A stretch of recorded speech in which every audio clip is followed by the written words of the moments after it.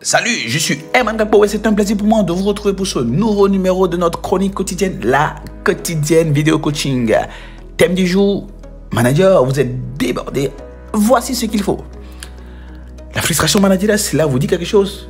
Sinon, qu'est-ce qu'il y a de plus frustrant pour un manager que de savoir que les choses sont claires, simples, évidentes, mais ce n'est pas le cas pour ses collaborateurs.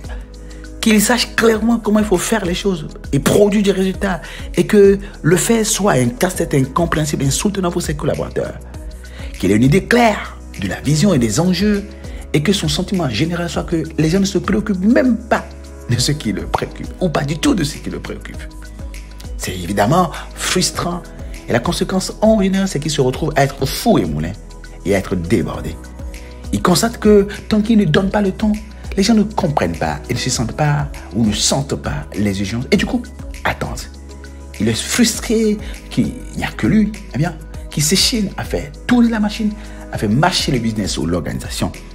Il est frustré de voir que ce qui préoccupe les autres, c'est comment partir en week-end, profiter des congés maladie pour récupérer un peu et attendre tranquillement que les salaires soient virés à la fin du mois. Dans la réalité, on peut dire que c'est du désengagement de la part des collaborateurs. Les choses étant laissées en plan, le manager s'oblige à prendre les devants et se retrouve débordé et tombe dans ce qu'on appelle le chaos managérial.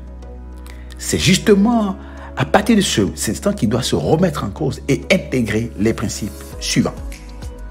Principe numéro 1. Si tu es débordé, c'est que tu dois déléguer. Ici, il y a lieu de partager la vision, d'expliquer les enjeux, de s'assurer de l'adhésion, de la volonté des gens à vous venir en aide et s'impliquer avec vous pour atteindre vos objectifs. Alors, faites la liste des choses que vous faites et qui vous prennent du temps.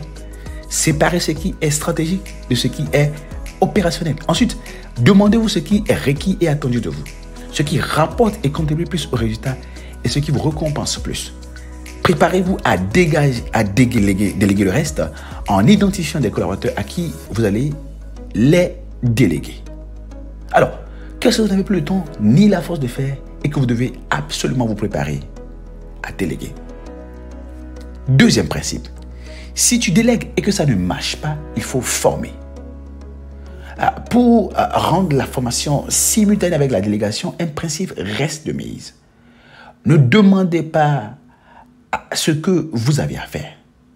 Demandez-vous plutôt qui vous devez identifier et former pour le faire pour vous très prochainement. Identifier la personne, élaborer un plan d'accélération de la performance ou plus classiquement un plan de formation avec les compétences manquantes à lui donner, les jours de formation et le contenu qu'il faudra lui administrer.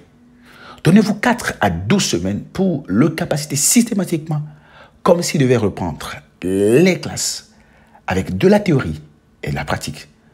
Rappelez-vous que c'est dangereux de déléguer à une personne sans la former. Faites donc bien le point pour voir les compétences manquantes et les appropriations nécessaires avant de déléguer des tâches à vos collaborateurs.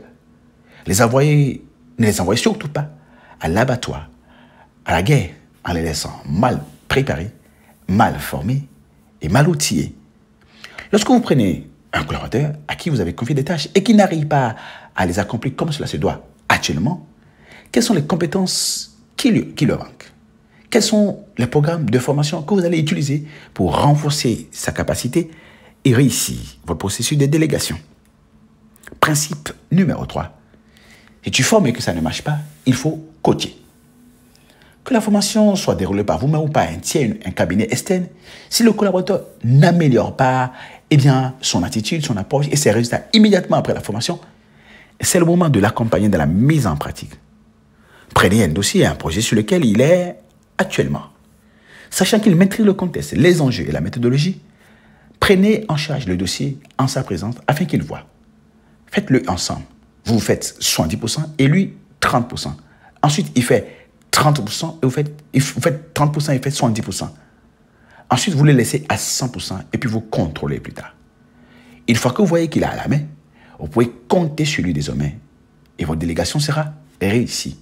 Ne vous plaignez pas du fait que vous avez fait suivre des formations aux gens et que ça n'a rien donné. Parfois, ils savent ce qu'il faut faire, mais ne savent pas comment l'adapter. Parfois, ils ne savent pas par quel bout il faut prendre la chose. Parfois, ils n'ont pas confiance en eux. Parfois, ils n'ont pas la spontanéité. Parfois, ils ont besoin que quelqu'un vienne à leur côté pour démystifier, déclencher, faciliter l'appropriation du processus pour eux. Alors, lorsque vous prenez vos collaborateurs qui ont été formés et n'arrivent pas encore à délivrer les résultats requis, à quel niveau ils ont besoin de coaching et quel type de coaching faut-il pour y arriver? Quatrième principe, si vous coachez et que cela ne marche pas, il faut assainir la relation. Lorsque vous confiez un travail à un collaborateur et qu'il l'embide ou ne le délivre pas avec la qualité, il y a deux défis à relever. Soit il ne sait pas le faire, c'est-à-dire qu'il ne maîtrise pas le système, ou soit il n'est pas motivé à le faire, c'est-à-dire que la relation est en panne, il ne veut plus se battre pour vous ni à vos côtés. En fait, la formation et le coaching permettent de l'amener à maîtriser le système. Maintenant, étant donné que le leadership fonctionne par réciprocité, s'il ne voit pas que vous vous préoccupez pour lui, il ne va pas se préoccuper pour vous. S'il ne voit pas que vous vous tuez pour lui, il ne va pas se tuer assez pour vous. S'il ne voit pas que ce qui le concerne ne vous concerne, il voit que ce qui le concerne ne vous concerne pas, il ne sera pas concerné par votre vision stratégique, vos plans d'action, bref, vos urgences et vos enjeux. Alors, pour les collaborateurs que vous avez formés et essayez de coacher et qui n'ont toujours pas de résultats, qu'est-ce que vous pouvez ou devez corriger dans la relation pour avoir plus d'adhésion et de collaboration de leur part? Cinquième principe, si vous donnez le meilleur de vous pour améliorer la relation et que cela ne prend pas, il faudra être patient. Est-ce que cela veut dire que la mission ne peut qu'être impossible?